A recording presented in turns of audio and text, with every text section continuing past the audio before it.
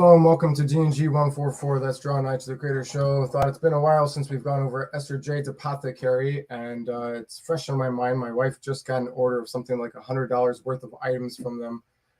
So we're big fans of them, and we like supporting them, and we like bringing up their items for others to consider. So tonight we are going to be continuing the First Samuel study as we get close to the end of this book, and tonight we will be going into chapter 30.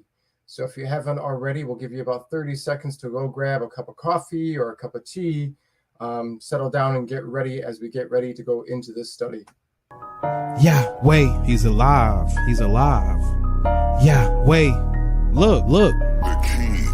Draw nigh to God, he will draw nigh unto you. Draw nigh to God, he will draw nigh unto you. Cleanse your hands, ye sinners, and purify your hearts, ye double-minded. Cleanse your hands, ye sinners, purify your hearts, ye double-minded. Draw nigh to God, he will draw nigh unto you. Draw nigh to God, he will draw nigh unto you. Cleanse your hands, ye sinners, and purify your hearts, ye double-minded. Cleanse your hands, ye sinners, and purify your hearts, ye double-minded. Yahweh. Okay, let's see here. Originally, I was going to do 1 Samuel chapters 30 and 31 together. I thought it'd be nice to have 20 videos for the set, a nice clean round number.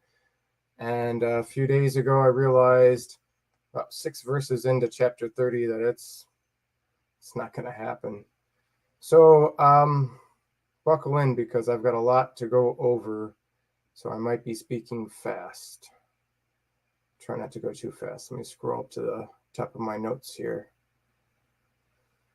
Okay. Man, it's way... Here we go. Okay.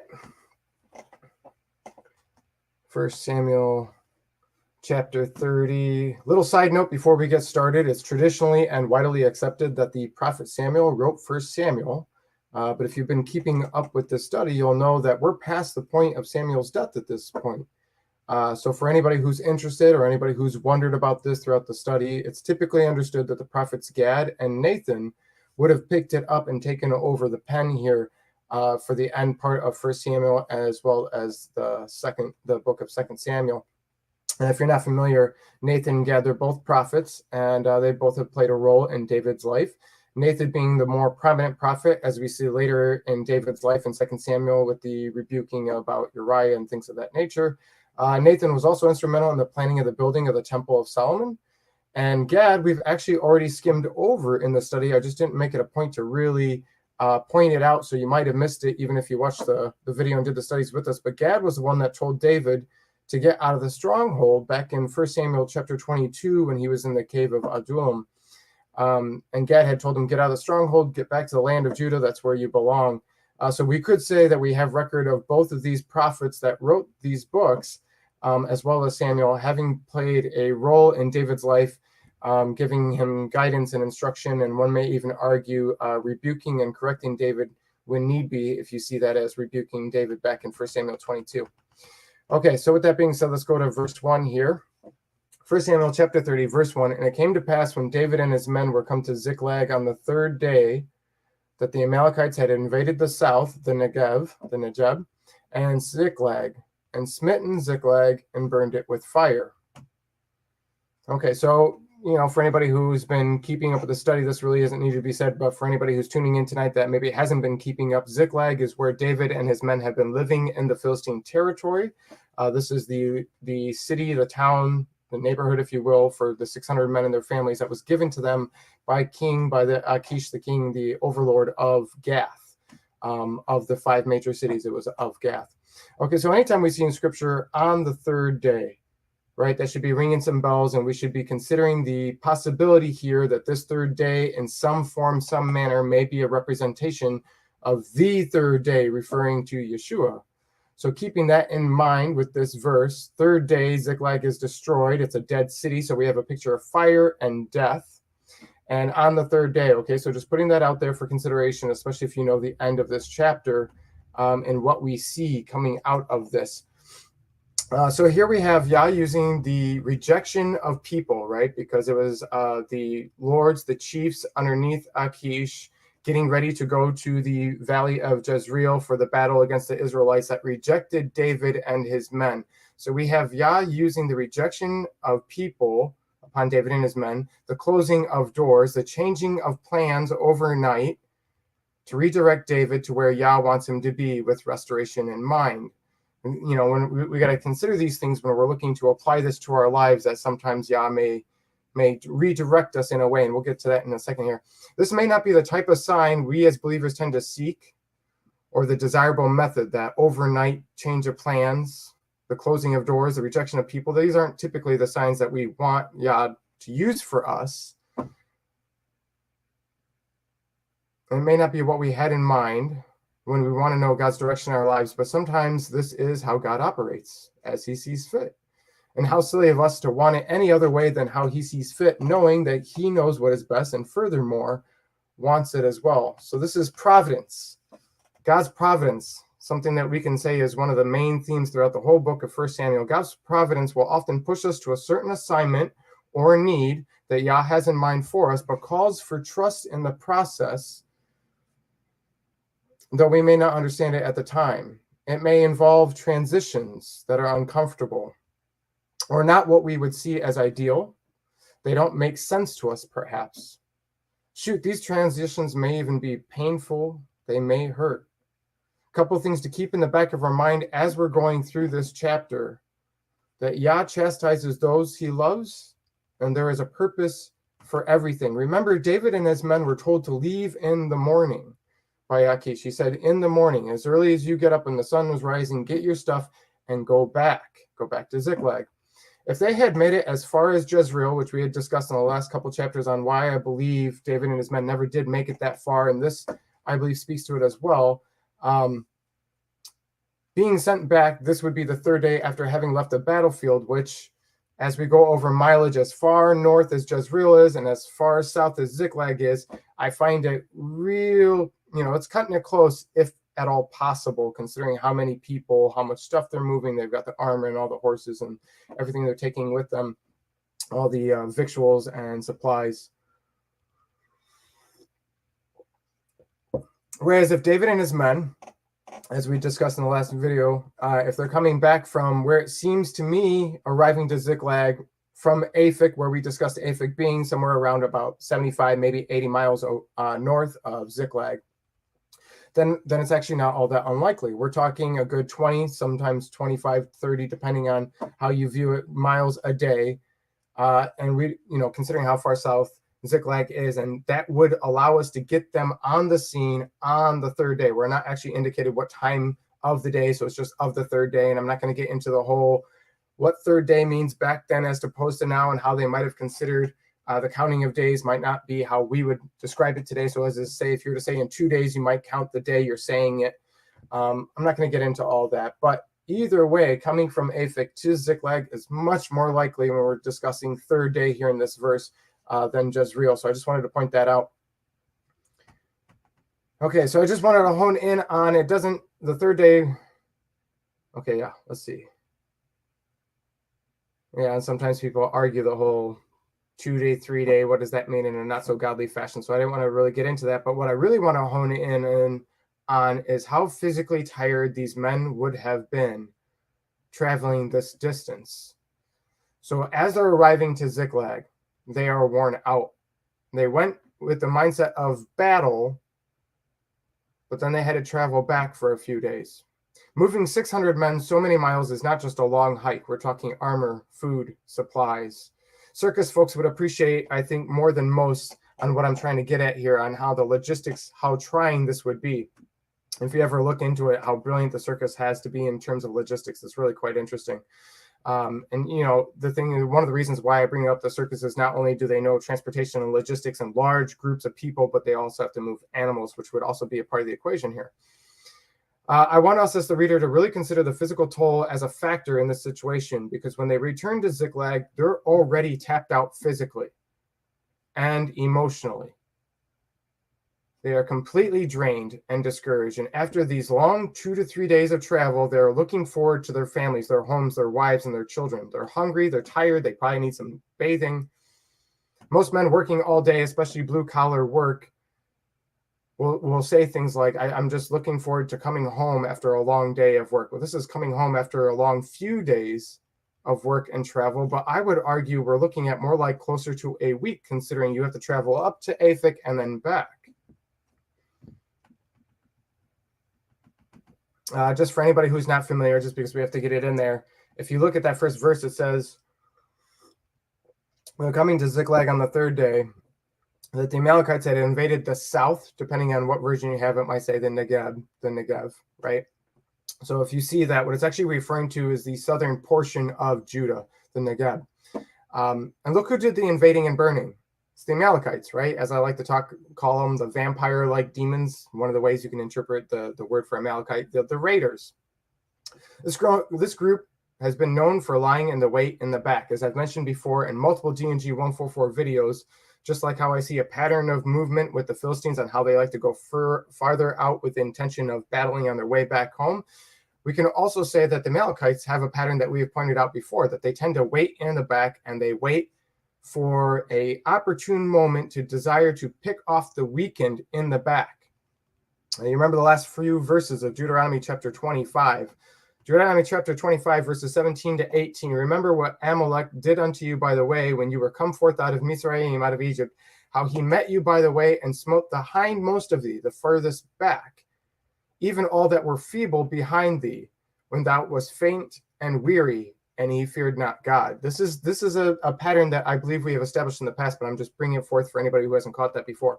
So considering this pattern of the Amalekites, I'm then therefore not surprised when David and his 600 men, which are gone now for at least 2 to 3 days, we're looking at more likely a week, right? With the traveling to and back from to Aphek, the Amalekites realized probably after a couple days that the warrior men were gone, and they left behind the weaker vessels, the children, the elderly, the wives. This is just speculation, but I'm wondering if they were keeping an eye on the movements. They saw that David and his men were moving towards the battle with the Philistines, toward the Israelites. They saw that this was the corner edge southern property of Gath. As we talked about before, this is about as south as you can go, the Philistine territory of that time, while still being in the Philistine territory.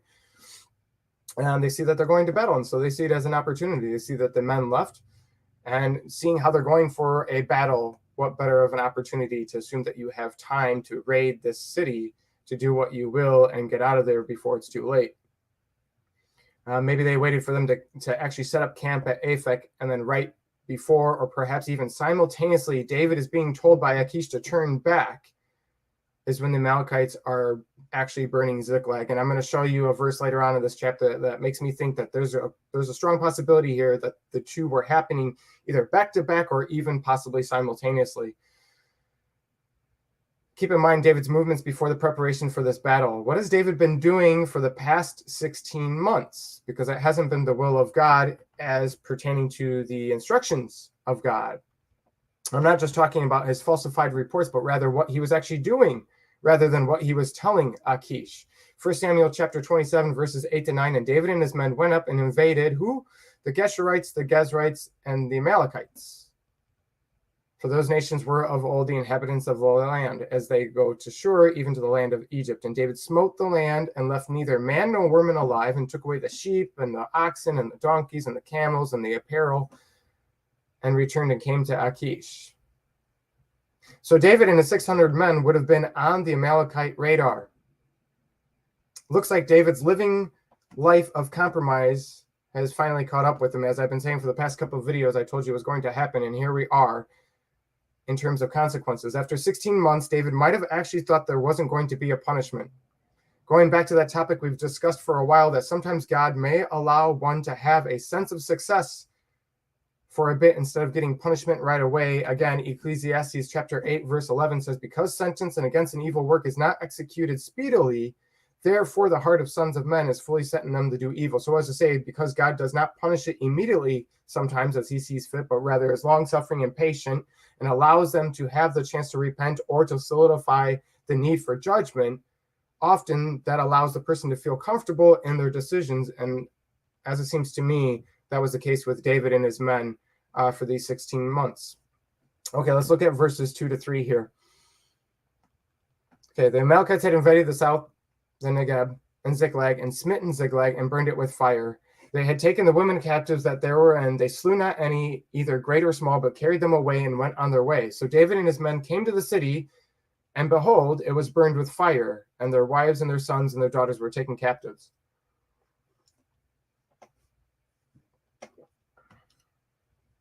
They kept the women alive. Did you notice there's an emphasis there? It's actually mentioned more than once. The wives and the children were all taken away, but it's the women that are listed twice here. And then later you see again with David's 2 wives. So there's a real emphasis on the women, on the wives here. So the 600 get back, and they see their hometown Ziklag is burned down. It's been a few days. So we have 2 different ways of looking at this, right? The town was set on fire. There's no fire department that was going to come and put out the fire. So was the fire still going? Was there still smoke rising? I mean, this is a city. If the fire hadn't been put out, that smoke would have been massive. You would have seen it like a furnace from a faraway distance. But interestingly enough, in this chapter, we're not actually given any indication that they saw it from afar. It almost seems to me there's quite the possibility that they didn't notice until they were right up on it, looking at the phraseology. Again, just speculating here. I mean, you would think, logically speaking, that there's a better chance that there is smoke. But it says David and his men came to the city, and behold, it was burned with fire. So perhaps they didn't see it from afar. What's the point in speculating these details? Well, if you see it from a distance, you're going to speed up and you have a sense of urgency and emergency. But if there wasn't smoke, then you have to come up almost right up on it before you realize that there's been destruction. How much more would it have been a shock as opposed to the distant warning that would kick in and the rush and the urge to get to the situation, and less of a shock upon arrival. So there is a difference in setting the tone there depending on how you view what's going on here. But either way, they get to their town, Ziklag, and it's burned. Okay, so let's put ourselves in their shoes here, okay? Ooh, someone's getting Turkish coffee. Turkish coffee is outstanding. I like Sumatra better, but Turkish coffee it's really good. Okay, so let's put our let's imagine this for a minute, okay? Close your eyes if you have to, if it helps. Imagine you're a part of this group. You get there, you jump off your horse or camel or whatever it is you rode in on. You throw off your armor right away, because either way, whether you saw smoke from a long distance from miles out, or you didn't realize that the city was burned until you came close up on it, either way, your heart is racing now. You see everything is burned down. You see the complete annihilation, the destruction of your city. And this is not just a small neighborhood, folks. This is 600 men and their families, housing for all of them, as well as housing for the animals and storage for all their supplies. It would have been small in terms of comparing to the royal palace of Gath and things of that nature, the royal city of Gath, that David said he was not worthy to live in. But either way, this is not a small neighborhood. So what do? You throw off your army, your heart's racing. You get down and you're still going to check for your wife and your children, because who knows? Perhaps yours were left behind. You're not seeing any women or children right in front of you, but there's a lot of houses. And maybe your house isn't the first house that you come across. Maybe you've got some distance to go, while you're hoping and praying that your children and your wives are hiding amongst the rubble. Maybe they're hidden, maybe they're injured, maybe they need help. Maybe they're still alive and you need to get to them before that's no longer the case. Are they here?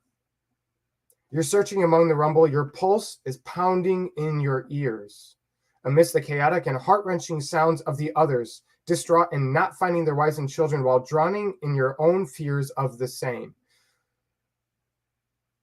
Because let's not kid ourselves. As these men come across their houses and they're searching the rubble and they realize that their women and their children are not there, there's going to be a lot of noise of chaos. And you finally come to that realization, no matter how many times you checked under the door that has been collapsed and the wall that has been collapsed and what was once your kitchen that is now destroyed, no matter how many times you looked, after a while it becomes apparent they're not here. And after a little bit more time, it becomes apparent to the entire group that there is no one left behind. See, we're told as the reader, no one's left behind. We already knew this. We already knew this in verse 2. They didn't even kill any. We already know that. But David and his men didn't know when they first got there. So what do you do now? Well, probably verse 4. What does verse 4 say? Then David and the people that were with him lifted up their voice and wept until they had no more power to weep.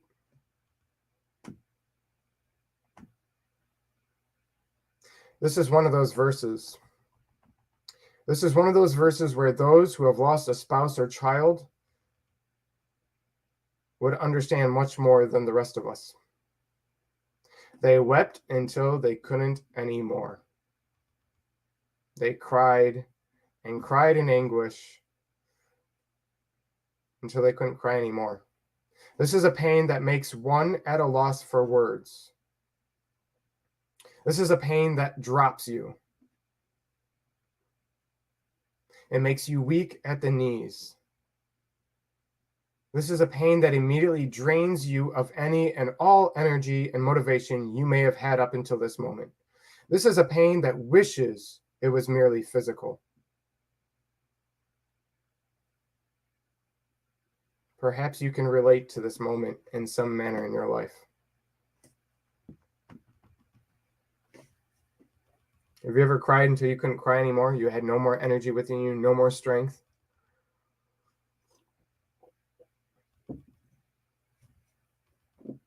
This is not a loss of a job. This is not a financial struggle. This is a loss of family and home all at once. They've been living in a spiritual decline, and it has all come to a halt. There's no dismissing or ignoring this. They've ignored the warning signs along the way, so God made it so they couldn't ignore anymore. God had plans for David, and this needed to be dealt with. This was a lesson David must learn if he's going to become the king he needs to be.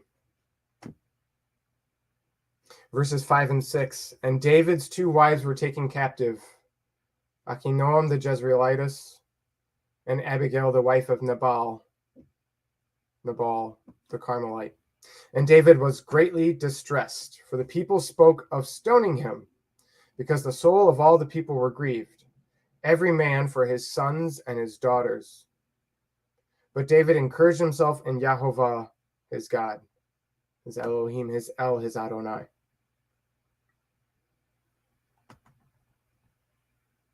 I was thinking about this for a little bit, and I haven't lost a spouse or children. I haven't had my home burned down or destroyed by a tornado to where I had nowhere to go. So I started looking up some things because I wanted to get the perspective of a little bit of the psychological effect and damage and perspective of this type of situation. And I came across an interesting video that I felt led to do. And I actually saw it in my mind as before I even saw it in there. And I clicked on it, and it's Jordan Peterson, which I'm not always a big fan of everything he says. And I would be very careful with listening to a lot of his things. But I'm going to paraphrase some of the things he said here because I found it quite apt, quite brilliant. And I felt that it was needed to be said. Listen, they say something a young man should strive for is to be the strongest at his father's funeral, because everyone around him is suffering and grieving the loss, and there is a need of demonstration of character that goes beyond the suffering of the now, that proves reliability. Someone to turn to that can illustrate by their behavior that their force of character is sufficient to move you past the crisis and catastrophe. Why do I bring that up? Because those 600 men urgently needed that demonstration, that strong leader.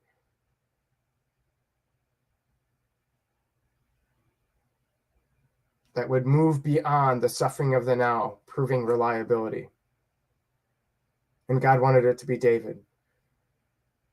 David, who in this moment is exemplar to the notion of what it means when we say, when I am weak, then am I strong. When we have come to the full end of ourselves and know that we are in need of something above ourselves, something above the power of man, we are in need of God, of divine intervention.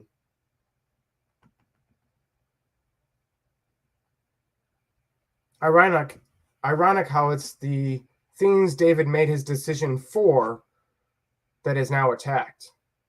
He wanted to no longer to be on the run, to have a house to settle down, and for his men and their families as well. And because of his decisions in order to gain that, it was taken from him. Luke chapter 12, verses 15 to 21. And he said to them, this is Yeshua, take heed and beware of covetousness, for a man's life consisteth not in the abundance of the things which he possesseth. And he spoke a parable unto them, saying, the ground of a certain rich man brought forth plentifully. And he thought within himself, saying, what shall I do, because I have no room where to bestow my fruits?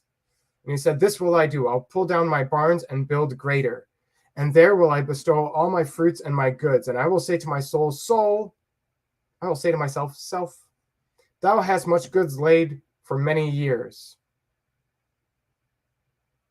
You can almost feel that relief that, take thine ease, eat, drink, and be merry. But God said to him, thou fool, this night thy soul shall be required of thee. Then whose shall those things be which thou hast provided?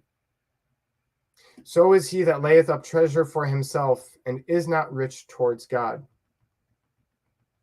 Makes me think also of Matthew chapter 13, verse 22. He also that received seed among the thorns is he that hears the word, and the care of this world and deceitfulness of riches choke the word, and he becomes unfruitful. Let's not beat around the bush, folks. What led David to lead his men to live in the Philistine territory in Gath? We talked all about this in the last couple of videos. It wasn't by the guidance and instruction of God. It wasn't David misunderstanding the will of God pertaining to his life. No, he wanted comfort. He wanted to settle down. He was tired of being on the run, and he took it for himself. And because of the means that he did in order to take that which he wanted, instead of waiting for God to give it to him, God took it away. David is at that point. He has hit that point. It's the moment of reckoning. Whether or not David had planned to actually use his sword for the Philistines or whatever he had in mind in that last video that we talked about, he learned his ways were not going to work. No matter what he had in mind, it must be Yah's ways. David wanted a home, but now it's burned. David wanted comfort, and now it's gone. He wanted comfort for his family to finally be settled instead of living on the run in the wilderness from cave to towns that betray him to more caves. But it wasn't God's way for David and his men to seek refuge with the Philistines. It was David trusting himself in his own logic and solutions, so they were taken away. He just wanted a home and his family, and for his men too. But it's all gone now. It's times like these that a man turns to his friends, right? When everything else is taken away. Perhaps you've known somebody where the wife left them in the middle of the night and took the children, or the husband, or whatever. When a family has been taken away from somebody, it seems like the rug has been pulled out underneath their feet. The bank foreclosed their home, whatever the situation is, the rug's been pulled out and everything that had is gone. That's when a man turns to his friends, right? When his home and his family is gone. Well, David can't do that here either, can he? David wanted to make sure Saul couldn't kill him, so he made a decision to live under Achish. Remember? That's how this whole thing started back in 1 Samuel chapter 27. I think it was the first verse. He said, Saul's going to kill me, as he had said in the past. And instead of going to God, he went to Achish in Gath. David wanted to secure his life. That was part of the package deal that he was seeking here. And because he wanted to make sure that Saul wouldn't kill him, he went to Achish. And now David's looking at possibly being killed by his own men. So even that security of his life is taken away from him, because the means for his decisions were not justified, because it was not of the will of God. Keep in mind what happened last time these men were described as distressed and discontent. Remember, this is the ragtag rough group. They went into the wilderness to join the rebel David and living in caves as an army. Think about that. They left their home. Now they return from the Philistines to find their families and houses are gone.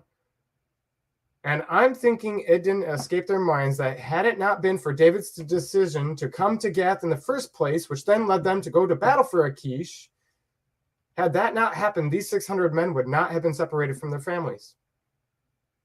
Perhaps the idea of leaving some of the army behind to protect their town was kicked around but dismissed by David. I don't know. I'm just speculating here, but it's possible. Either way, killing David now isn't outside the likeliness as one of their very first actions. It wouldn't be outside of the scope of the realm of reality. We could see this group doing this, right? At least some of them. You know, Job's friends attacked Job when he lost everything too, and they were on the sidelines. They weren't suffering loss alongside Job, unlike these 600 men of David who were. These 600 men, grieving after crying until they can't anymore, are needing to process the situation. They've cried until they couldn't anymore, and now they're trying to mentally process what has happened, why, how, and they're trying to make sense of it all, which can turn into pointing blame. Perhaps these 600 men are gnashing teeth, replaying things David might have said with joy on the way home now. How blessed they were to not have to fight, that God had kept them from a trial indeed. Again, speculation, but I could see David saying it on the way back. I don't know, but I think it's possible.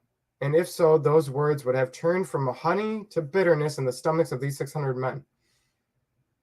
Who else better to blame than David, their leader? So recapping now, David has left his country after living in the wilderness, being hunted by over a decade now by a psycho king, seeking refuge with the enemy, now lost his wives, his home, and his men's families, and is surrounded by that army of men that blame David for their loss of wives and children. Nowhere to go, no one to turn to. This is what it means when it says in verse 6 that David is greatly distressed. Just a couple words there, but I want to really let that sink in. What is it really saying here when it says David was greatly distressed?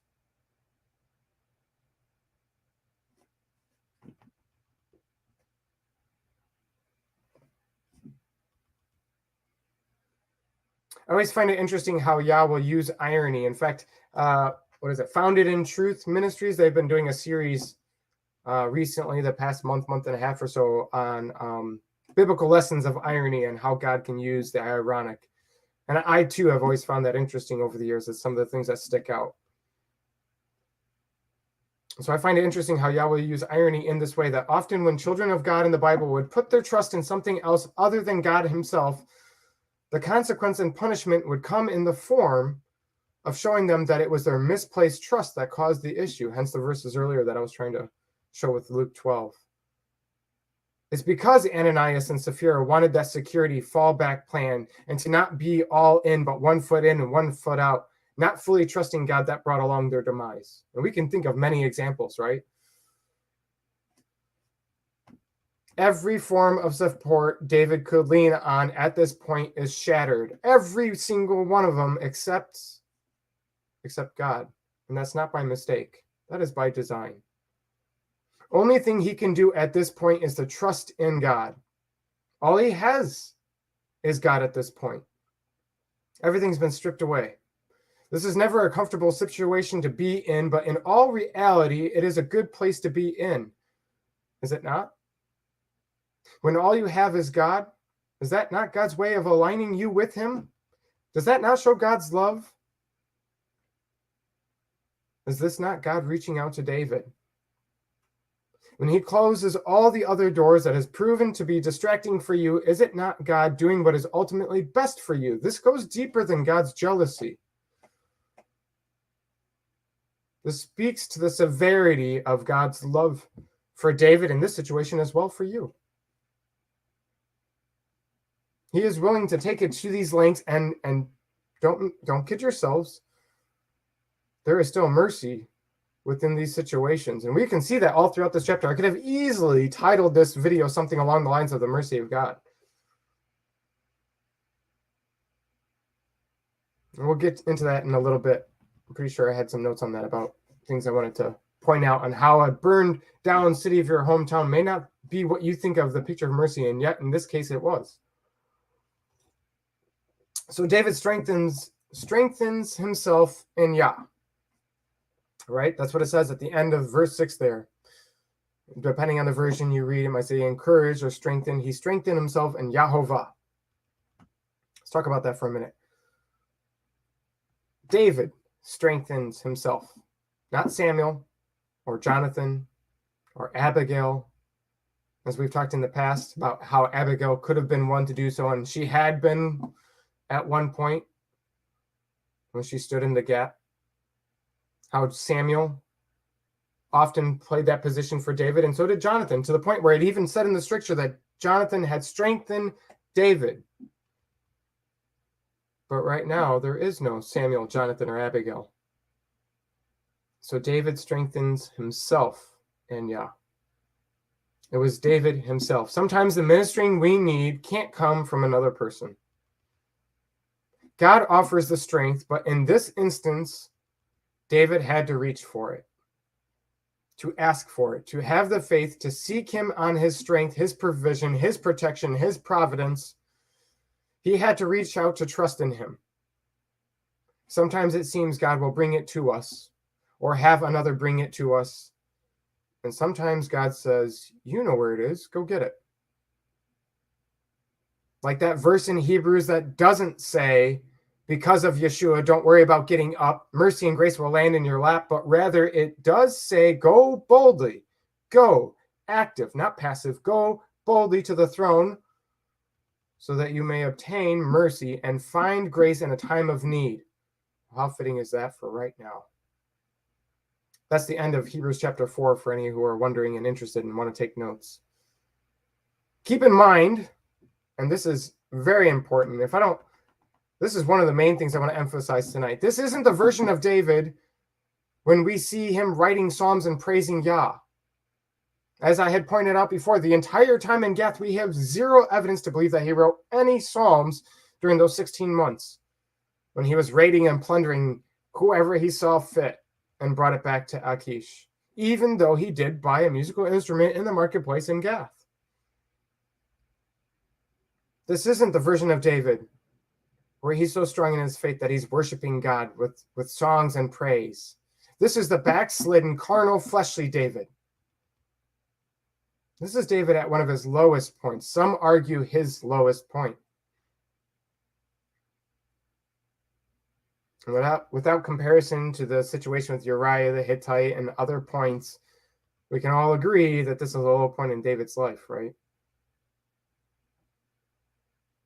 This was David in his season of his walk where he was expected by the Philistines to fight for them against the Israelites. Whether or not he intended on doing so, that was the expectation.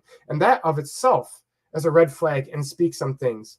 So what's my point? Am I bagging on David here? What am I getting at here? Because we're looking to do this study to not just understand what happened then, but to apply it to our lives and our walk.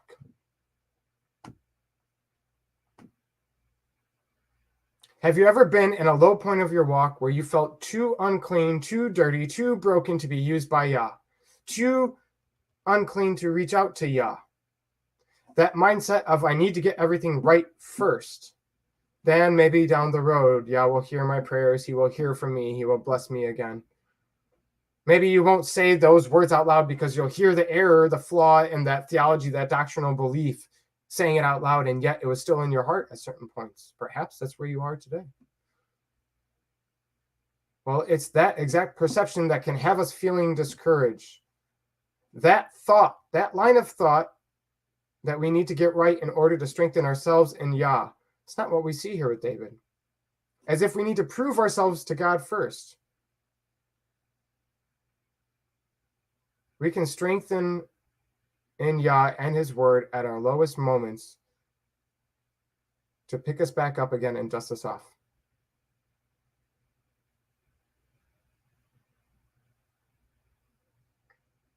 He doesn't want you to wait until you've gotten yourself out of the rut. He wants to help you get out of the rut. This right here is the kind of experience that strengthens your faith. When you feel hope in seeking Yah, though you feel you do not deserve it. And even less than usual. Or less than as in the past, as if that's how this works. Of all times, you see what I'm getting at here? Of all times in David's walk, this is one of the least likely times that David would, in logic, in a secular fleshly mindset, would think that God would hear him.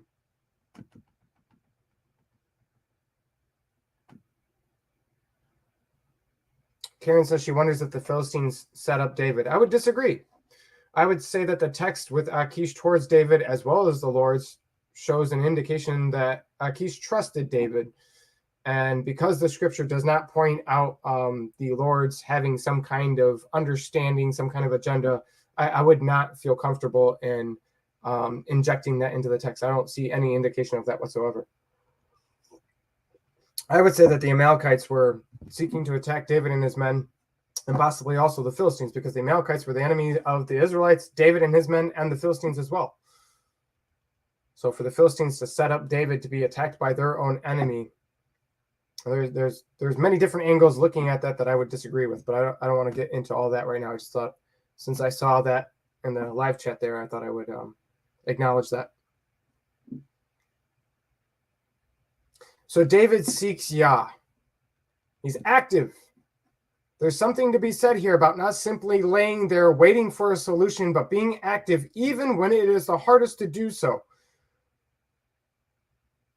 You guys, he just came to a city and everything is destroyed and everyone is gone.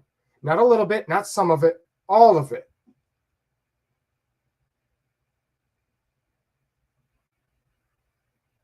This is everything that he has worked for in making this confederacy under the Philistines.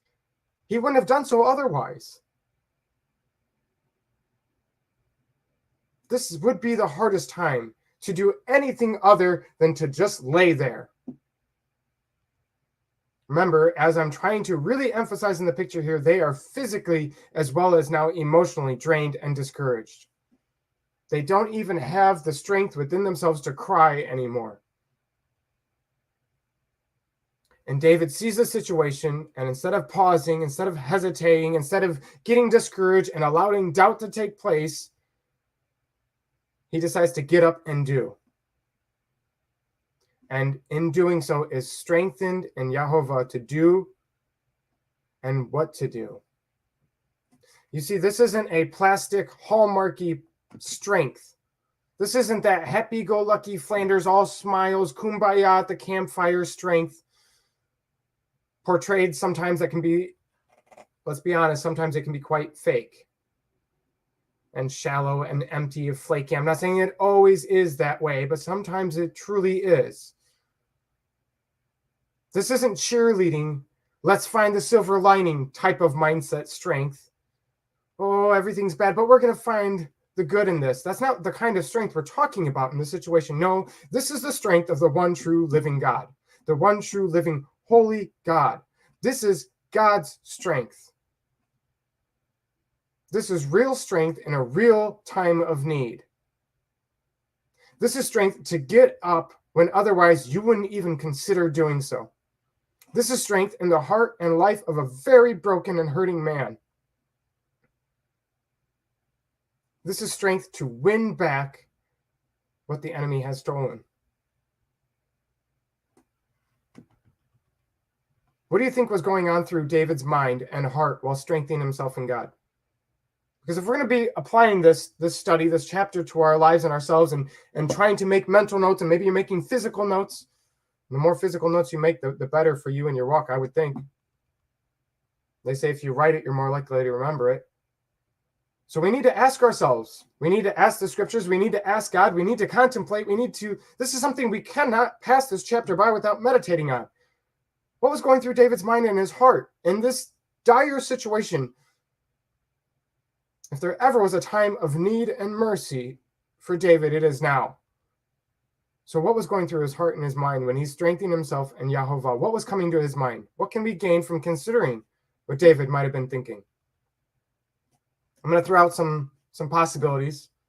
If you have some in the live chat, go ahead. You guys tend to think of things that I don't. You tend to see things that I don't see. You guys even tend to correct me sometimes, because the live chat that listens to this show is of the utmost quality, in my opinion. But here's some of the ones that I jotted down in my notes for your consideration. Perhaps David was remembering the love of God, something for us to consider in our dire situation, something easily forgotten in such troublous times. Don't look at the storm around you. That's what made Peter start sinking in the water. Easily forgotten in such troublesome times. But had the Philistines not rejected David, he could have been at war for how long? I mean, perhaps months. In a situation like this, the sooner you're aware and able to take the action, the better the odds of restoration, right? I don't want to get too much into it, but typically with human trafficking, and don't kid yourself, that's very real, very common today, and it's what's happened after. They took them alive. That's human trafficking. And the very first 24 hours are typically seen as the most crucial, especially when children are involved. Well, children are some of the emphasis of this chapter. Now, it's been more than 24 hours, so time is of the essence. And perhaps David has seen the situation and realizing based on the heat, perhaps the smoke, he realizes, I've been sent back from going towards the battlefield before it was too late. There is still a possibility of restoration. And he's remembering the love of God in times past in his walk. Perhaps he's looking back at those past deliverances. This is a really bad situation, but God has saved David from some pretty intense and bad situations before. As we've talked about multiple times. More than a handful of times. How many javelins? How many caves? How many times did he go into an area where the people turned him in? And then there's Keilah that he saves, and then they still turn him into Saul. How many times in the past has God delivered him before? Times when you think there's no escape or survival, and yet God brought you through it. David's realizing in this situation, not only did he think that there was no thought for escape or survival. Remember, Keilah, that was the cornered inn. That's why Saul was so excited to go down there. And he remembers God is still on the throne. He's done it before. He can do it again. This is what spiritual warfare looks like. This is what spiritual warfare looks like when you're getting down on your knees, when you're praying, when you are in a dire situation. But listen, folks, perhaps David wouldn't be in this dire situation if he hadn't let go for 16 months. Now, in this moment, you can't undo those 16 moments. You take it where you're at, you move forward. But I'm just saying, perhaps as a part of our preemptive spiritual warfare, we work vigilantly to not allow ourselves to get to this point. Not saying that bad things won't happen. I'm saying to where you can't get to the point to where you say, well, for the past almost year and a half, I have been ignoring and dismissing God. And now that I need him, I'm going to reach back out to him again. Those times that you feel most comfortable, you start making it a mental note to say, I feel comfortable. I need to be getting into the word and prayer. Psalms 119, verse 67. Before I was afflicted, I went astray. But now have I kept thy word. Before I was afflicted, I went astray. I was doing my own thing. But then after your chastisement, now I keep your word. Well, David's dealing with some affliction now. Verses 7 to 8. And David said to Abiathar, the priest, Ahimelech's son, I pray thee, bring me hither the ephod. And Abiathar brought thither the ephod to David. And David inquired of Yahovah, saying, shall I pursue after this troop? Shall I overtake them? And he answered him, pursue, for thou shalt surely overtake them, and without fail recover all. Without fail, you'll recover. So we had a dead and burned city on the third day. Death, destruction, fire, third day. And now we have the entering in of a high priest.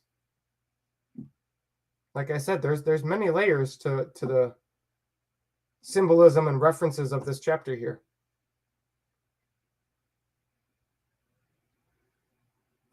As in the past we've discussed before, David is seeking answers from Yahovah through Abiathar and the ephod. Nothing wrong with that.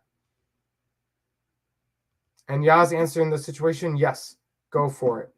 You'll catch up to them. You'll overcome them. But more importantly, David, without fail, you will recover.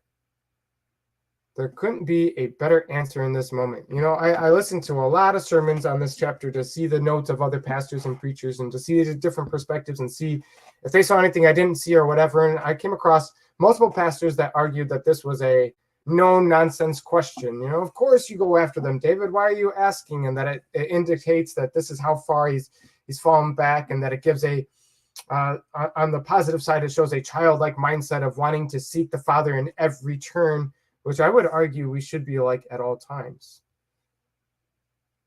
Now, if you're comparing this chapter to Genesis chapter 14, which we just got done recently discussing in our Avram study, then you'll see that Avram, when he went to rescue Lot and recovered all, he didn't ask God on if he should pursue them. In faith, he was going, but he was also not on a 16-month hiatus of having ignored God either.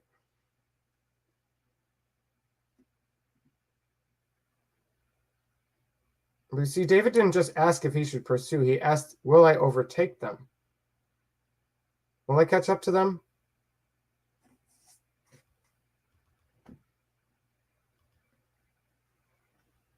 There's some things I want to say here, but I'm going to wait until a little bit later because I think I have it written down my notes for a couple verses down. Verses 9 and 10. So David went, he and the 600 men that were with him, and came to the brook Besor, which those that were left behind stayed. Where those that were left behind stayed. But David pursued, he and 400 men. For 200 abode behind, which were so faint that they could not go over the brook Besor. This would have been south of Ziklag, for anybody curious. Not sure how many miles. I had troubles looking it up. There's all kinds of different arguments on where Aphek is, and Ziklag even is argued just not nearly as much as Aphek. But you're looking at, you know, some distance down the way. But you have to keep in mind, this is the same day after having come back from Aphek. They've already traveled, as we're guesstimating, somewhere around 20-25 miles. Perhaps they left less for that last day. Let's say they had just 15 miles left from Aphek to Ziklag on that third day. Well, now they're adding on to that, on top of the fact that they've already cried themselves in anguish to the point where they couldn't cry anymore. They've been traveling for like a week. They're tired, they're hungry, they're worn out. They're near Beersheba, by the way, which would have been, as it seems to me, the banks of the brook Besor. And so now we're back down from 600 to 400, which I thought that was interesting because I was wondering, my first thought was, I wonder if it's the same 200 that were later added on to the original 400. If you've kept up with the study, you'll realize when David was up in that cave, 400 men came to him, and then later on, I think it was at Keilah, we see 200 more added onto him, and we weren't told exactly in that chapter where those 200 men came from, so we speculated a little bit in that chapter of where they may have came from. Were these those same 200? One of the pastors I listened to, out of the whole sermon, this was the only thing he said that I found interesting. Not to attack it, but everything else I had already agreed with or disagreed with and had views on. But this was the one thing he said where I was like, that's interesting. I hadn't considered that. And he speculated that perhaps these 200 were the older gentlemen of the group. Perhaps these were the less young and spry ones. Yeah, maybe. I mean, we're told there are 600 men. We don't know their age range. Either way, a lot of pastors that I listened to, and I listened to a lot of sermons on this, and I looked at a lot of things. Typically, most pastors and preachers took one side of the fence or the other. Some pointed fingers at the 200 men and said that they were weak and lazy, which I thought, did you read the rest of this chapter? And then some of the other pastors said, maybe they were emotionally drained. I'm sitting there going, let's not forget the physical draining. Perhaps they really were physically to the point where they felt tapped out. I mean, these men are going to rescue their wives and their children. Should we really assume that laziness is a factor here? Should we really assume that they were just like, oh, you know what? I'm just tired. I just can't go anymore. And they just gave up. The wives and the children, the families are gone. These are 600 warriors who are getting ready to go to a battlefield.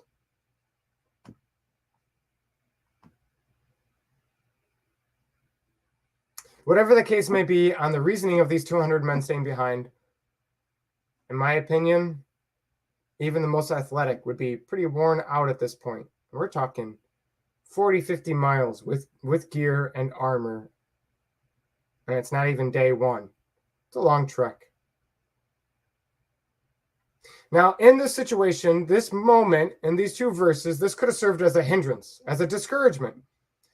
David could have said, okay, you know what? We'll all just rest for the day.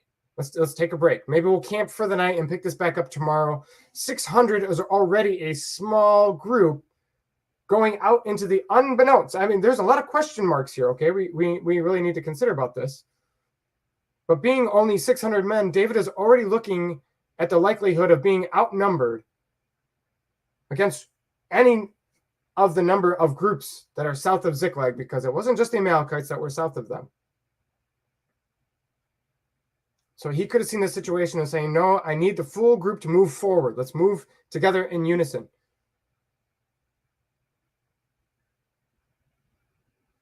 $600 would have already been an unfavorable circumstance, and now 1/3 of them are dropping out. But David was on a mission from God. And unlike the Blues Brothers, it was clearly from God. And it was told of the success to come. David was told by God, you will come upon them, you will overcome them, and you will recover. David is trusting in what God has told him. And therefore, he doesn't see this as a hindrance.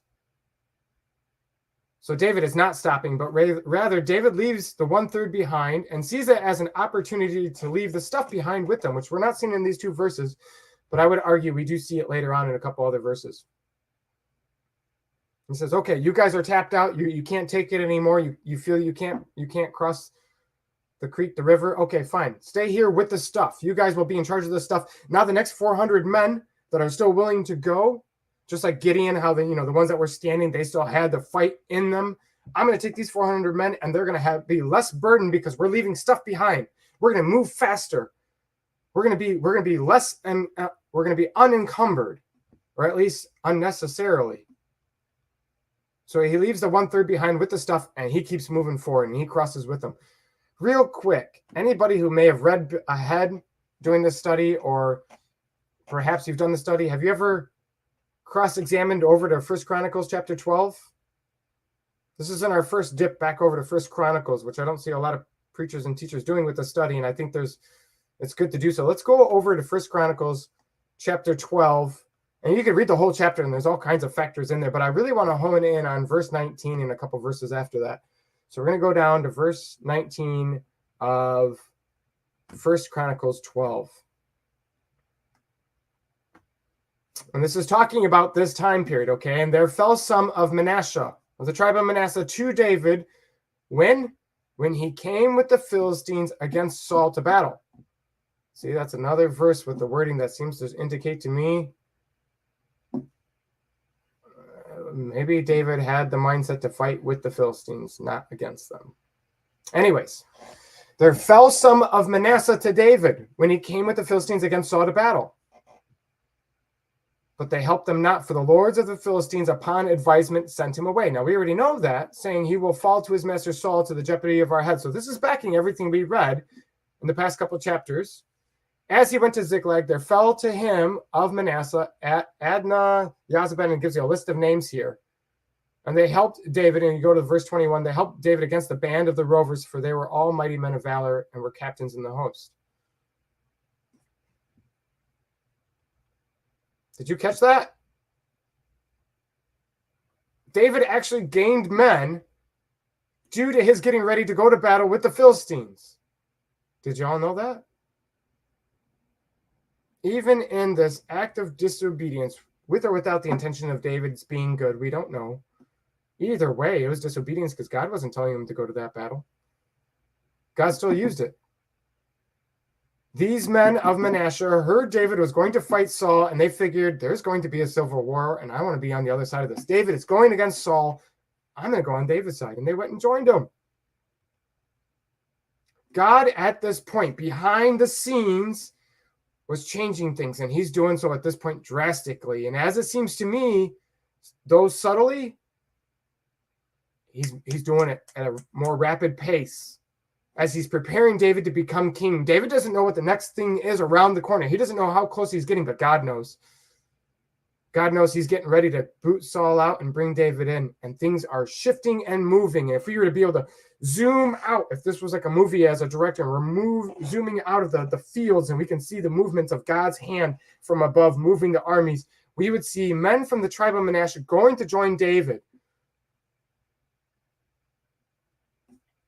I just thought that was a cool tidbit, and I wanted to get that in there before I forgot it. And I thought this was a nice little section to do that in. And I thought, you know what? I bet you this might be new for some people.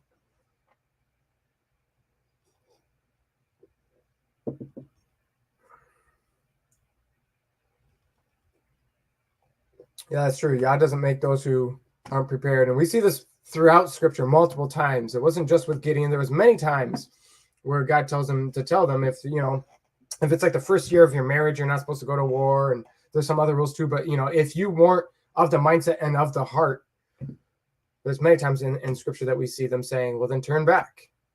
You're not in the right mindset for this. And you see that spiritual hand of like, this isn't for you right now, then, if you're not ready to do this. Okay, so now that we jumped back from 1 Chronicles 12, go ahead and write it in the notes. If you're taking notes, you might want to look at the rest of that chapter, because it's cool for this study to go look at 1 Chronicles 12. Okay, let's go to verses 11 to 12. I think that's where we were at here. Man, I need to pick up the pace here. We still got half the chapter to go. I love the wording on these verses here. And they found, okay, little emphasis there on they and found. They found an Egyptian in the field and brought him to David and gave him bread, and he did eat, and they made him drink water, and they gave him a piece of a cake of figs and 2 clusters of raisins. And when he had eaten, his spirit came again to him. He was feeling strengthened again, for he had eaten no bread nor drank any water 3 days and 3 nights. There's that 3 again, and there's 3 days and 3 nights. I'm telling you, there's reasons that this is. I'm not saying that these are purely metaphorical. I'm saying it seems that these verses are telling this is a very literal account that just so happens to have been orchestrated by God to have significance metaphorically as well. And he's really trying to emphasize that in here for those who are able to see it with those eyes. Okay, so they found an Egyptian. Okay, so these are the 400 men. They've crossed Besor, right? Which, by the way, Besor means something like, wasn't it like Cheerful Creek?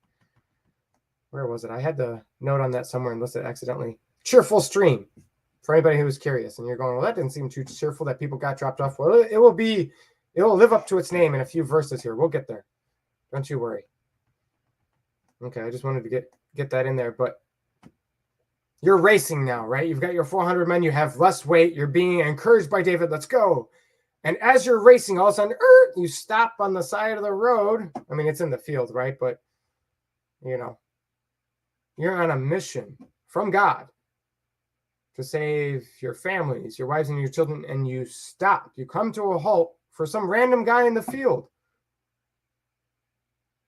to give him provision. Now, we could argue that this is a movement of Torah that's weighed upon David's heart. I would suggest that David's heart has been softening since he strengthened himself in Yah. He is starting to have faith again.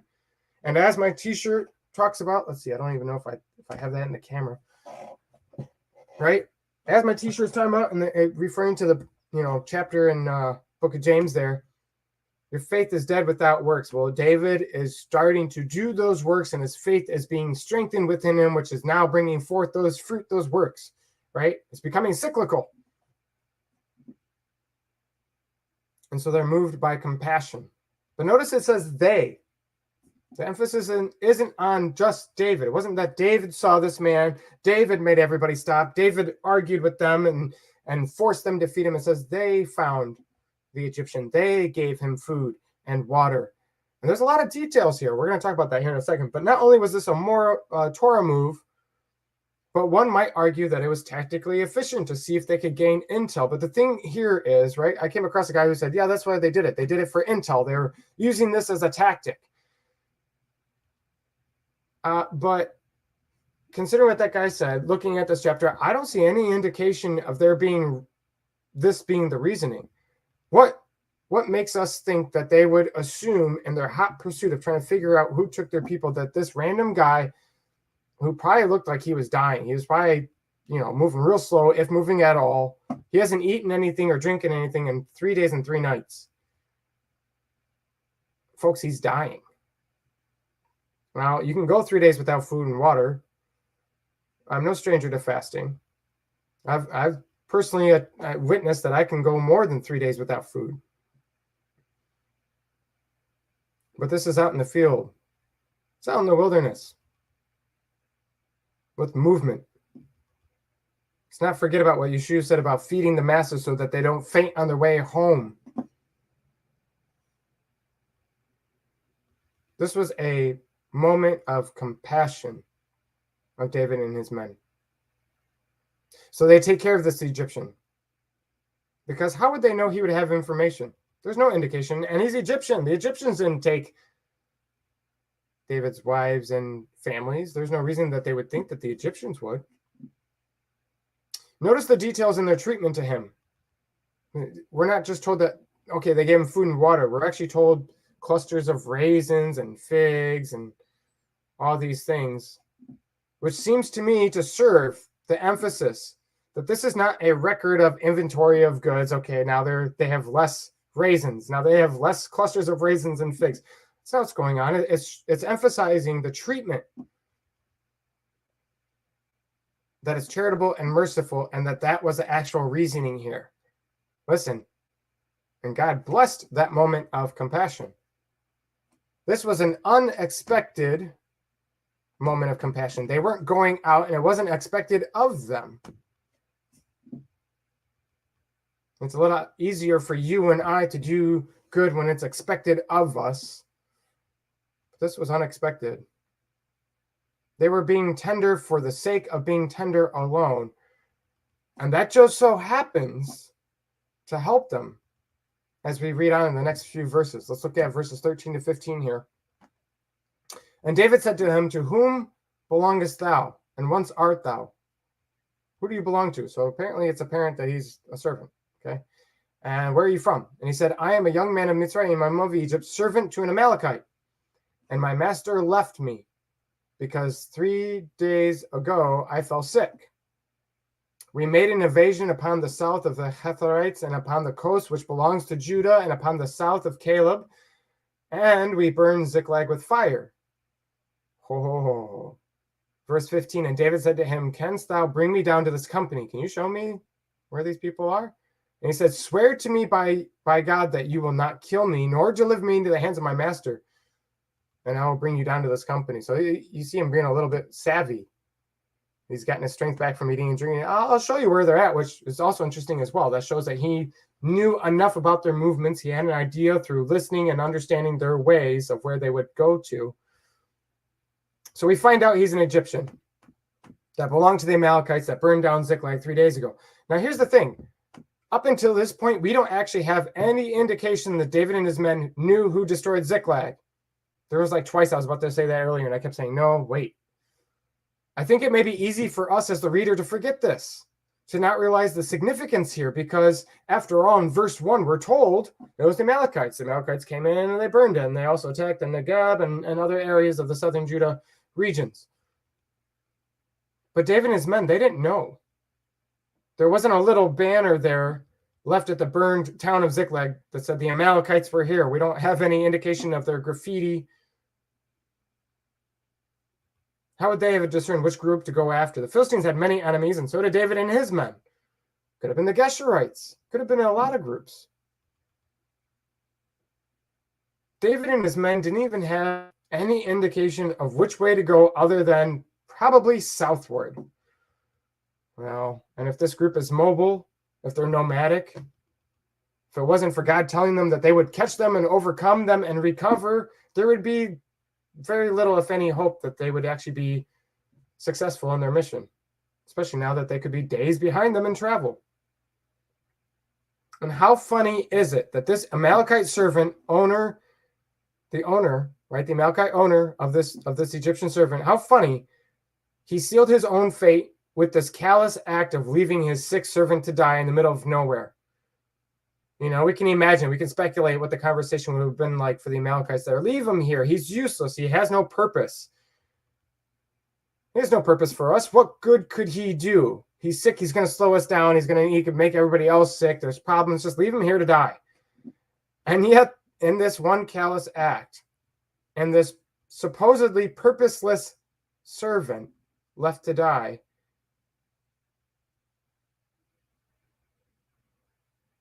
he's the one who not only paves the way for their destruction, for the Amalekites, but is also the key component whereby nothing is missing and everything is restored. What is it they say about God sometimes works in mysterious ways? An Egyptian servant of the Amalekites who's been left to die for 3 days. And he's the one to point the David and his men to the direction of the Amalekites.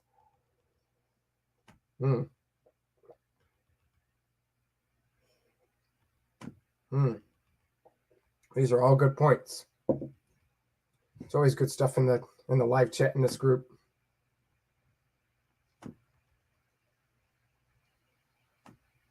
Verses 16 to 17. And when he had brought him down, behold, they were spread abroad upon all the earth, eating and drinking and dancing because of all the great spoil that they had taken out of the land of the Philistines and out of the land of Judah. And David smote them from the twilight even unto the evening of the next day, and there escaped not a man of them, save 400 young men, which rode upon camels and fled. Okay, let's pause there for a minute. We get a picture of carefree indulgence. The Amalekites, they're partying.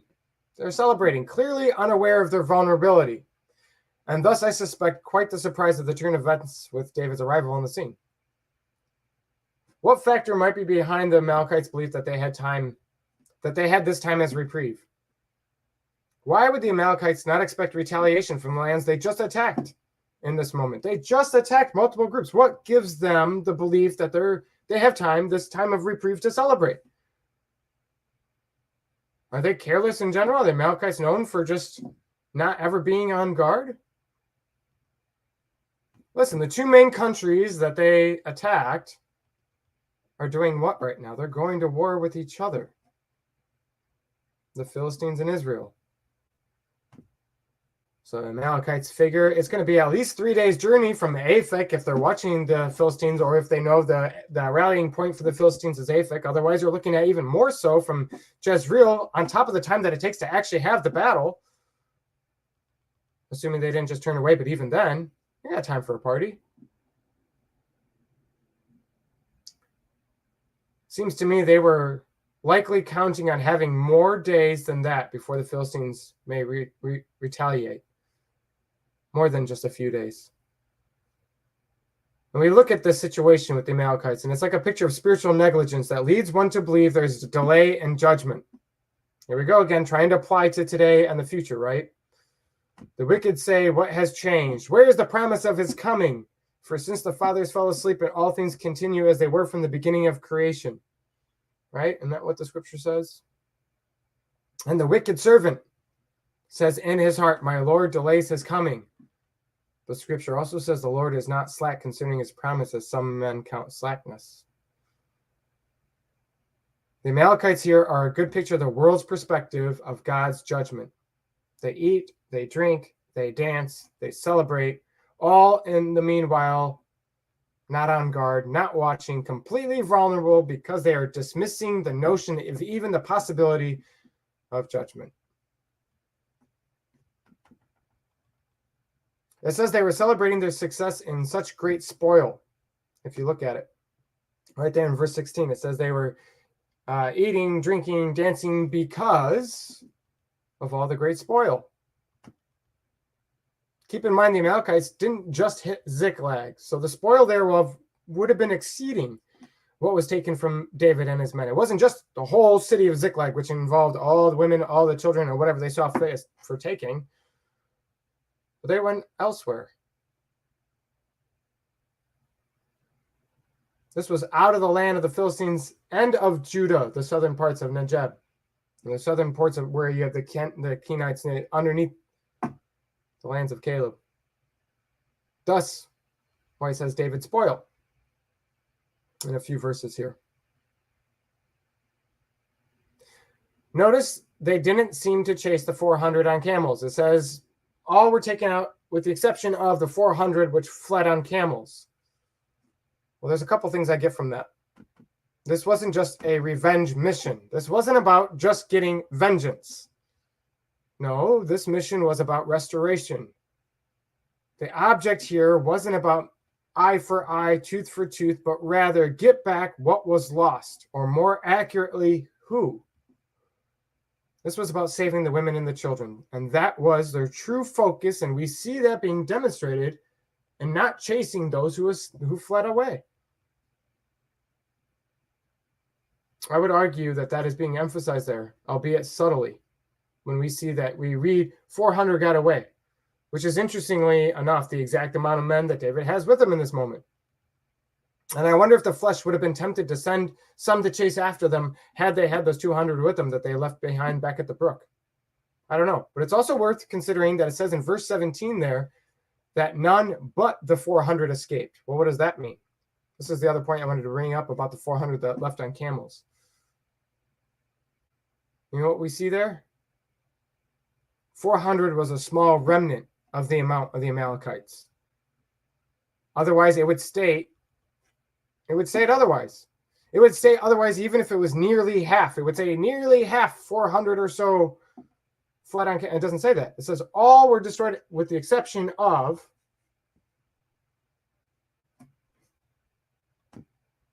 there escaped not a man of them save except the 400.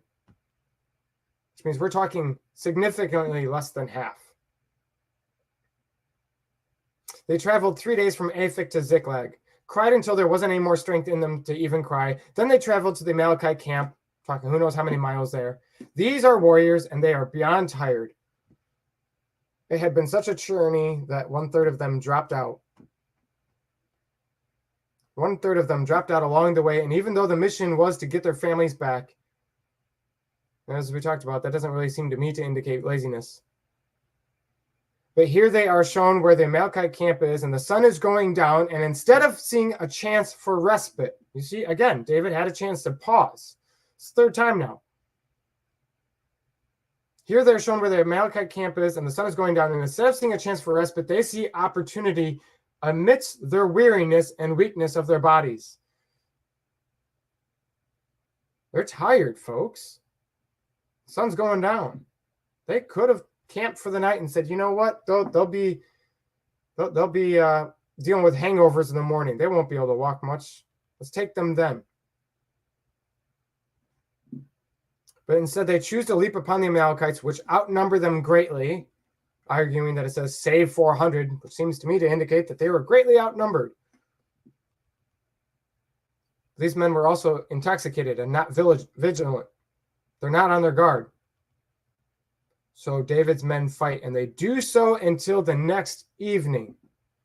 Not only do they decide to fight instead of taking the chance to take a rest and sleep, they continue fighting until the next evening. Perhaps there's a lesson here that we need to seize opportunities in our service to God, even despite how weary we may be. There's even a lesson in here of how sometimes urgency is significant. Keep in mind of the timing of Yah using Achish to press upon David to leave in time to rescue his families, unbeknownst to Achish or even David. Perhaps had David paused instead of seeking Yah, the consequences would have been more severe. We don't know. Perhaps the women and children would have been abused. Maybe they were kept alive in order for the sake to be sold as servants. Perhaps some of them would have died. We can do a lot of what ifs. What if they hadn't stopped for the Egyptian servant, so on and so forth. These are the times that remind me that there is urgency at times in Scripture. There are verses that instruct us that there are times where there is a need for urgency. And it says, do not go to sleep while you're still angry. Do not offer to God when reconciliation between brothers is needed. We see a sense of urgency. That is protocol there. Do not delay. Do not pause. Why? Because over time, situations and issues can grow in severity, and it's unnecessary. David knew they were told that they would overcome and recover. He was going to move the moment he saw them. Verses 18 to 20. Let's wrap this up here. And David recovered all that the Amalekites had carried away. And David rescued his 2 wives. And there was nothing lacking to them. They didn't lose anything. Neither small nor great. Neither sons nor daughters. Neither spoil. They didn't even lose stuff. Nor anything that had been taken to them. David recovered all. David took all the flocks and the herds, which they drove before the other cattle. And they said, this is David's spoil. Now, there's a few different ways to see that the whole, this is David's spoil, where they're looking at the whole thing and saying, because of David, we have this. Or were they segregating the extra flocks? That seems to me that that's what this verse is suggesting, that there was the extra cattle that wasn't already belonging to the men. And they're saying, you know what? David's the one that pushed us to go when we were thinking about stoning him, at least some of them. That's David's spoil. So, of course, the 2 portions of Scripture that come to mind, which I've already mentioned earlier on in this video, is the book of Job and Genesis 14. Which, like I said, we just went over in our Avram series, where we see Avram rescues Lot and all that was lost, kidnapped, stolen by the 5 kings, the army of Kedalamer, Amraphel, and their confederacy, and we see the restoration of it. And same with Job. Of course, he loses everything, and yet in the end, when he shows he doesn't deserve it, because throughout that book, Job is actually considered without sin by God up until a certain point. And then that's when God confronts Job. And then Job receives the restoration, just like David here, when it's that moment where he knows he does not deserve it. As if God's making a point here.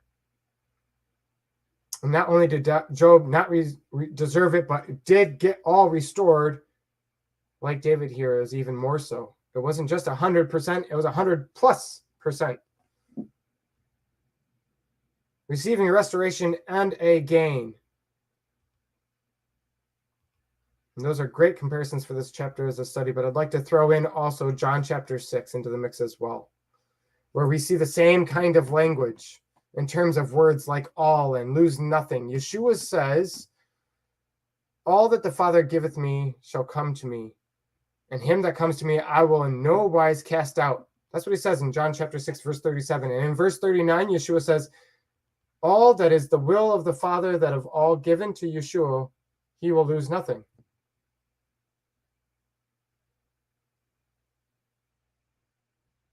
All that is the will of the Father that of all given to Yeshua, he will lose nothing. So David, as a picture, is given complete restoration, and on top of that, gains. David's spoil. There is a greater reward. A greater reward that we read at the end of the chapter he shares with his friends. He's not stingy. Verses 21 to 22. And David came to the 200 men which they had left at the brook, which were so faint that they could not follow David, whom they had made also to abide at the brook Besor. And they went forth to meet David and to meet the people that were with him. And when David came near to the people, he saluted them. Then answered all the wicked men and men of Belial, of those that went with David, and said, because they went not with us, we will not give them aught of the spoil that we have recovered. Save to every man his wife and his children, that they may lead them away and depart. Okay, we can't briefly just pass over this. Imagine this, okay? I want you to picture this in your mind. David and his 400 men and all the families, okay, the wives and all the children, they recovered everything and then some. They also have a plethora of cattle and livestock because they got all theirs that was taken away from them and extra that was taken from southern portions of Judah, etc. And they're coming to the brook where the 200 with some of the extra baggage are waiting. These 200 don't know what happened up until this moment, right? They've been waiting for more than 24 hours, and they're thinking thoughts. Did they find them? Remember, the Egyptian servant was actually found after the 200 were left behind. They weren't even aware that David and his men had received an informant. Was it a lost cause? Did David really hear from God through Abiathar and the ephod? They sat waiting for more than 24 hours with thoughts probably all over the place, ranging from expectations of hope to fleeing thoughts to thoughts of doubt.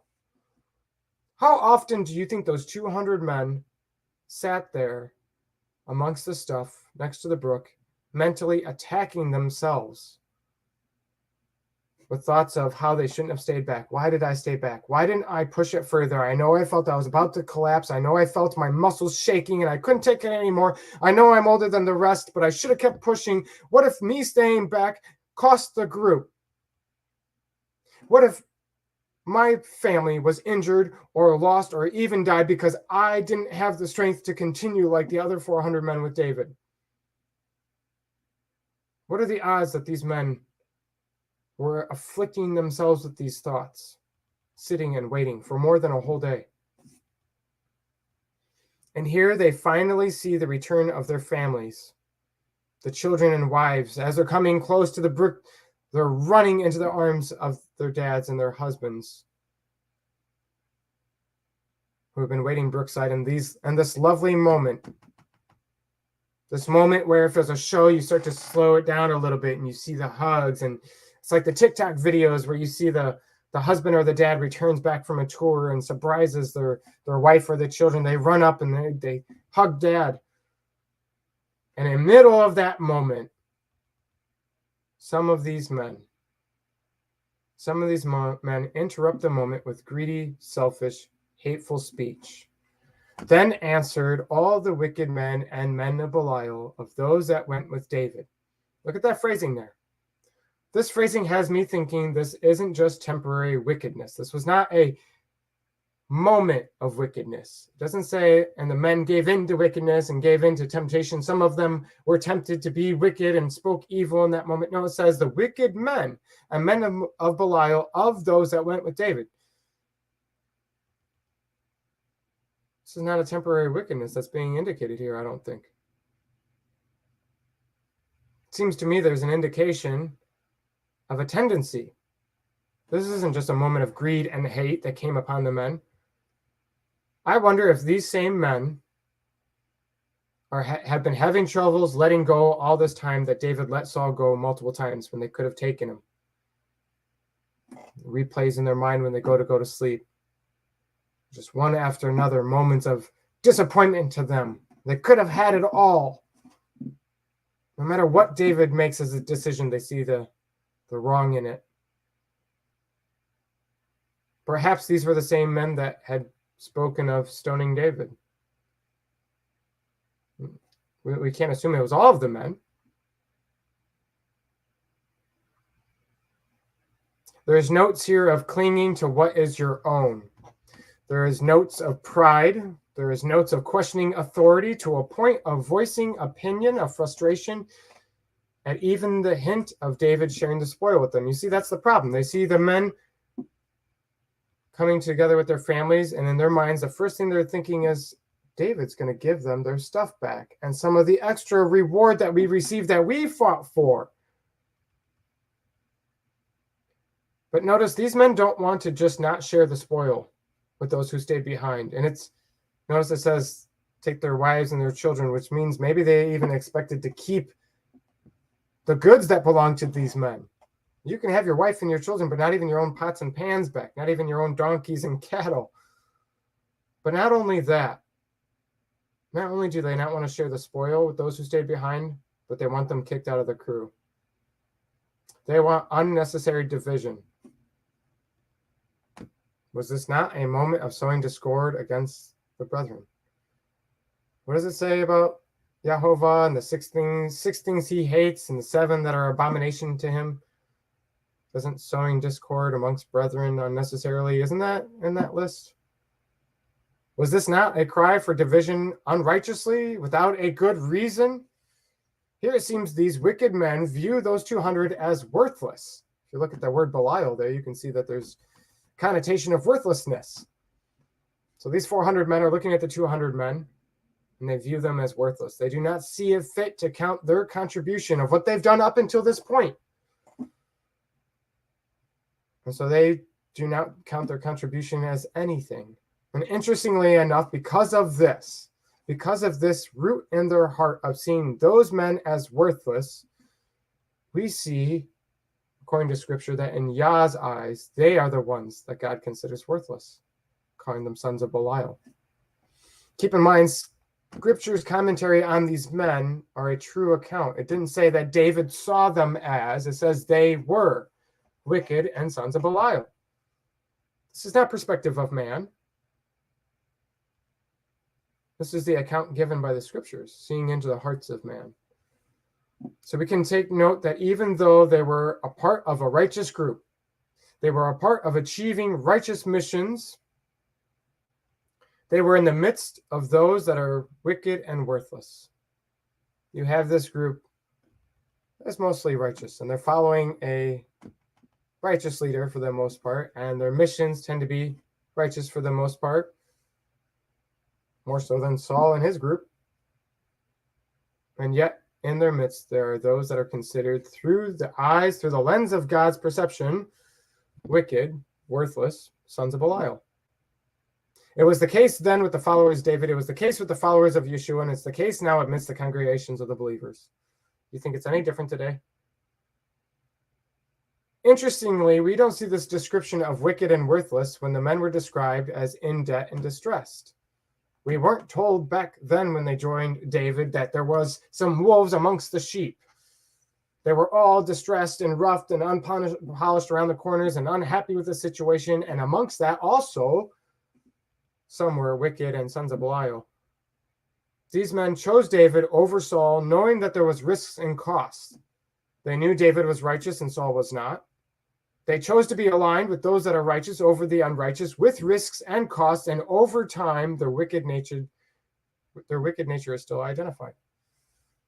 So it is today. There will be those who will recognize a righteous group, a righteous ministry, a righteous fellowship, a righteous congregation, righteous family, righteous friends, righteous cause, and they will join, even when there's a high cost, a high price, and risks involved, and yet will still be later identified as wicked and worthless. You see what I'm saying here? There will be those who put their hands to the wheel, who will help the truly righteous, the children of God, do righteousness that God will still consider wicked.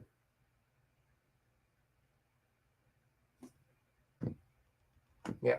Proverbs 6:19 there we see, soweth discord among brethren. And leaves it at that last note there so that you don't miss that in that list. That one sticks out, doesn't it?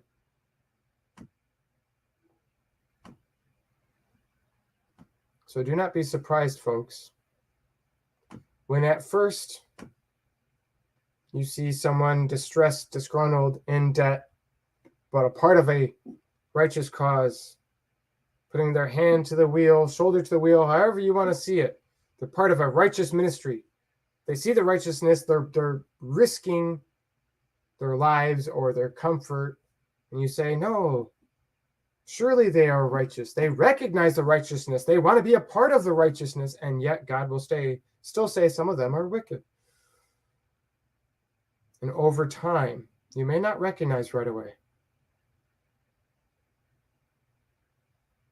I kind of wonder, this is just speculation, but I kind of wonder, in my mind, I was trying to think of some of the things they might have been saying in their hearts and their minds, or possibly out loud to David. David, even the 2.5 tribes had to continue under Joshua as Moshe commanded them into the campaign for the promised land. Even they had to cross over. These 200 didn't cross over. Or perhaps they were thinking, survival of the fittest. If they can't keep up, then we don't need them among us. Whatever the lines of thought was, whatever what was being said, possibly, that's not being recorded here. We see David combating greed with doctrine of grace. It is by God's grace we have this spoil. This is the emphasis here. Let's look at this. Let's look at verses 23 to 24, because this is some of the last stuff I really want to hone in on here tonight before we wrap it up. Then said David, "You shall not do so, my brethren, with that which Jehovah has given us, who has preserved us and delivered the company that came against us in our hand. For who will hearken unto you in this manner?" I love how he says that. Who would hear you out on this? Who would listen to you this? Is this not bad advice, bad counsel, evil judgment? Who will hearken unto you in this manner? But as his part is that goeth down to the battle, so shall his part be that teareth by the stuff. They shall part alike. And that was why I wanted to name tonight Allotment. It looks like that strengthening himself in Yahovah has had its effects, huh? Not only did David quickly realize the need to seek Yah and consider that perhaps maybe Yah will have mercy, but afterwards David is now again in the mindset to look after others and their needs, not just himself. David's reasoning here is that how can they take all that spoil when it wasn't because of them that they have it? Don't do this thing you want to do. Emphasis on with what God has given us. We didn't earn this, therefore we don't deserve the credit. We don't have the right to exclusivity. In verse 22, these men said, "The spoil we have recovered." Did you catch that? Look at that. Verse 22. They went not with us. We will not give them of the spoil that we have recovered. They didn't go with us. We recovered. And to their "we have recovered," David responds in 23 with the spoil being what God has given them. They say, "We've recovered this." And David says, "You should not do this with what God has given you. You didn't recover it. God gave it back to you."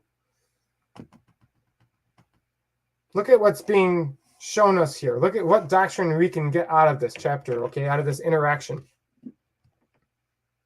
Funny how often greed and selfishness can be tied to a works-based understanding, and how often it is then that those who have such perspective are impressed with their own contribution.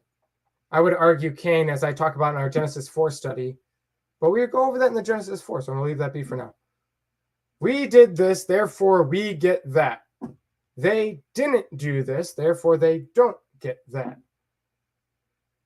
David here doesn't want to be the king who Samuel reluctantly handed to the Israelites, the king who takes. Remember, according to Samuel's warning, he said Saul, the king that they would anoint, that God would choose for them, he would take from them. He would take their sons and put them on the battlefields, and he would take of their land. He would take their daughters and turn them into his cooks. He would be a king that would take, and Saul lived up to that, didn't he? No, David didn't want to be the king that would take. David wanted to be the king who gives.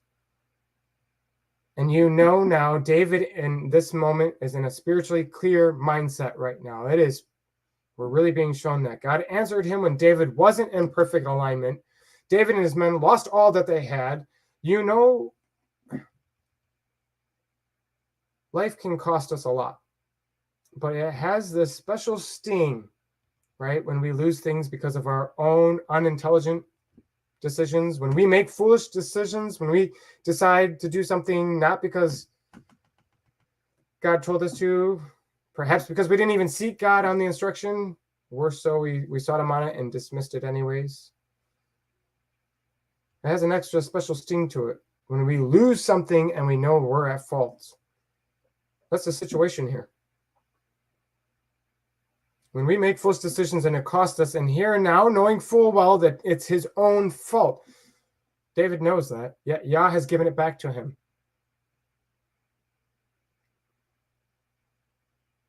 Life didn't cost him these situations. It was David's foolish decision that cost him that, and he knows that now. And when he didn't deserve it, God gave him back everything he lost due to his own foolishness. We're going to confront this real quick. Now is not the time to take credit. This is David. This is David's mindset. He's fully aware now that they lost because of their own foolish decision, because of his foolish decisions as a leader, to seek comfort above the will of God pertaining to his life and the lives of the men underneath him. And now that God has given it back to him, knowing full well that they didn't deserve it, David says, no, we're going to confront this right now. Now is not the time to be a jerk. When we've been given our way and we didn't deserve it at all, and we received everything, and plus then, now is not the time to even consider thinking like that. You see, David has enjoyed at this moment the fruit of the field prior to working in it in this season, right? Because the past 16 months, he hasn't been laboring in the field, but he is partaking of the fruit right now. The goodness of Yah is therefore fresh on his mind and in his eyes. This should be something to consider. Perhaps this sentiment should be seen as still effective today in the spiritual sense as well, okay? I hope you can apply what I've been talking about and trying to emphasize up till now in your own walk from the past, current, and looking forward. But I want to bring up another spin on this that I think a lot of people miss that I really want to get out, especially for those who tend to listen to this show, because I think that this strongly applies. Godly ministers and ministries may receive certain rewards and blessings, right? And we can sometimes see this and we say, oh, you know what? I bet you they got that blessing because they're really doing the work of God, and we prayed for them to get those blessings, and man, it's so cool to see those blessings, and we can see those things, and it's neat to see those, right? But do you take this mindset that the reward is for those who stay back as well as those who went into battle? Are you taking that and applying it to those situations as well? Those who stayed behind with the stuff, aka the support of those ministries. You who listen in live, many of you have been very supportive in varying ways, with prayer support, with encouragement. Some have even sent donations to be helpful when they're able. I'm not trying to push that. I'm trying to say, just because you may view yourself as one who stayed behind. Listen, this verse might come alive for some of you. An army that has combatants also has those who stay on the base. When I was overseas as a combat soldier in a war zone, often having combat experience, we still called the medics soldiers, even those who stayed back at the base. And the supply personnel, the ones that were able to stay in the AC and had ventilation, and they didn't see all the blood and gore, and their lives weren't being risked nearly as much, and they didn't have to shoot weaponry, and they were taking inventory of all the night vision goggles and the armor that we use, and making sure that we have what we need and replace the equipment that we knew when they were destroyed. We still called them soldiers. I did a side study weeks ago on the topic of verses showing spiritual leaders needing spiritual refreshing from others. And man, the more I looked into it, the more obvious it becomes on how much of a topic that is. Yeah, willing, maybe we'll do a study on it here in video format.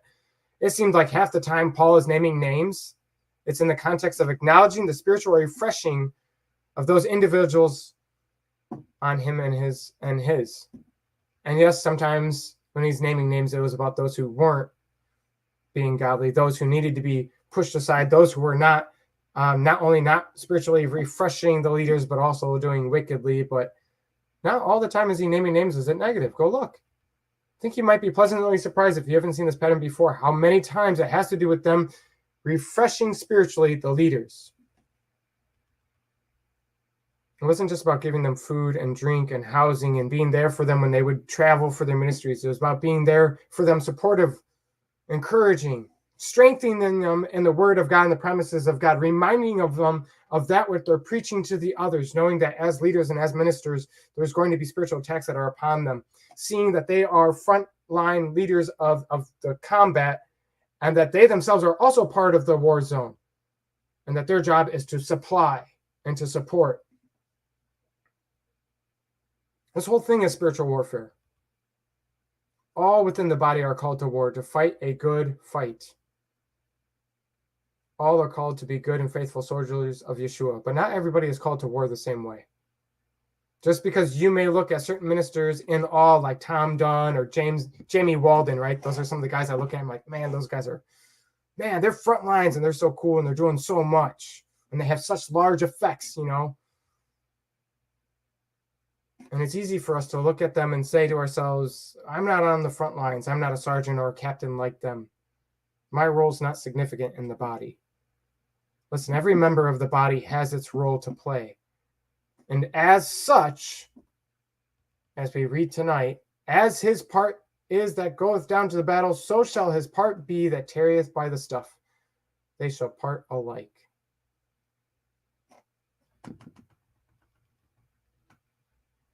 Verses 26 to 31. And when David came to Ziklag, he sent of the spoil to the elders of Judah, even to his friends, saying, Behold, a present for you of the spoil of the enemies of Jehovah. Look, a gift for you, to his friends in Judah, and to them that were in Bethel, to them which were south of Ramoth, to them that were in Yatir, them that were in Aror, Siphmoth, Eshtemoa, to them that were in Rakal, in the cities of the Yeshurunites, and to them that were in the cities of the Kenites. Right, the southern portion down there of the land of Caleb. These were, some of that is part of the lands that were attacked. He's giving back them stuff, and then some of them are, look, to them which were in Hormon, to them which were in Khorashan, to them that were in Athach, to them that were in Hebron, all the places where David and himself were men, and his men were wont to haunt. So David gives gifts. He gets back where David and his men were accustomed to having gone. David has not forgotten his connections. He has not forgotten those who were there for him in the past when him and his were in their roaming in the wilderness. He sees this as spoil of the enemies of God, and he is in a joyous moment. And he said, we have more than we need. Let's give back. This is reminiscent of Psalm 68, verse 18. Which is later then quoted by Paul in Ephesians 4, verses 8, referring back to Yeshua again, which is one of the emphasis I want to get in for this chapter. Ephesians 4, verse 8, wherefore he saith, referring back to Psalm 68, verse 18, David's writing, wherefore he saith, when he ascended up on high, he led captivity captive and gave gifts to men. Go look back at Ephesians 4, the whole chapter. Tell me that this isn't a small foreshadowing of a much bigger picture of Yeshua restoring and giving gifts, sharing the great reward, the spoil of the enemies of Jehovah. So while the Philistines are busy fighting with the Israelites, David is giving gifts, and in a way, although I would argue is not the point, is actually building rapport amongst all of these regions, preparing and solidifying those bridges and those connections for when he becomes king. But I don't think that's how David views it. I think that's why God is allowing it and is nursing it in his heart. And David says, I want to give back. And God's like, you know who you should give back to? And he brings it up in his mind. And David goes, yeah, I do have enough spoil to give away.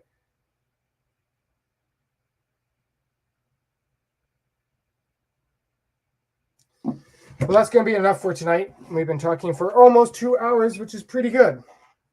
It's pretty good. I was hoping to do it under 2 hours tonight for this chapter. Like I said, originally I was wanting to do the two chapters together, and the next chapter has something like only 13 verses, and I was like, I'll put them together. I kept hearing the Spirit, no, you won't. And I was like, man, I want a clean set of 20, and God's like, that doesn't matter. You're not going to put them together. And I got to verse 6, and I was like, man, I'm doing multiple sermons here. Put them together. We're looking at 3-4 hours. So I don't know when we'll get to chapter 31, but I'm trying to, as Yah leads, press and get done with this series, but not to rush through it so that we miss things. I want it to still be leaving on a good note and get as much depth as we have been, as it seems to me, quite consistently through the study for the most part. And then we'll see what God has in mind for this ministry after that, because I'm honestly not sure what's coming after that. So I do plan, God willing, to get this next video done soon, as God leads. So unless I'm told otherwise, that'll probably be the next video. And typically we do videos Saturday nights and Wednesday nights, so we'll see.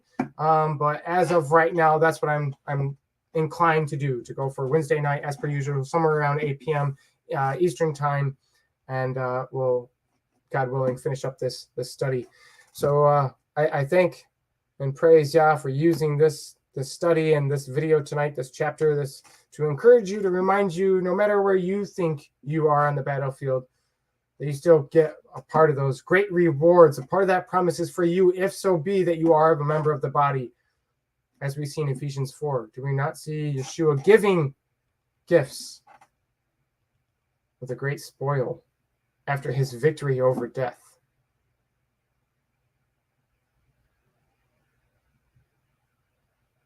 And that no matter where you are at in your walk, when you get to these low moments where you feel that God will not hear you out and you do not deserve it, those are not moments to allow yourself to think that you should not or cannot reach out to God. Because sometimes those are the moments where God, like flipping on a light switch, changes everything in a turn of a... Because he can, if he sees fit. May God bless you and keep you. May he guide you according to his will. May his word be a lamp upon your feet. May he look upon you, his countenance, shine his line upon you with favor, and give you his shalom. Reminding you tonight, as always, that if you draw nigh to the one true God in truth and spirit, he too will draw nigh to you. Yeah. He's alive. It's really just that simple, man. Draw nigh to God, man. Yeah. Draw nigh to God, he will draw nigh unto you. Draw nigh to God, he will draw nigh unto you.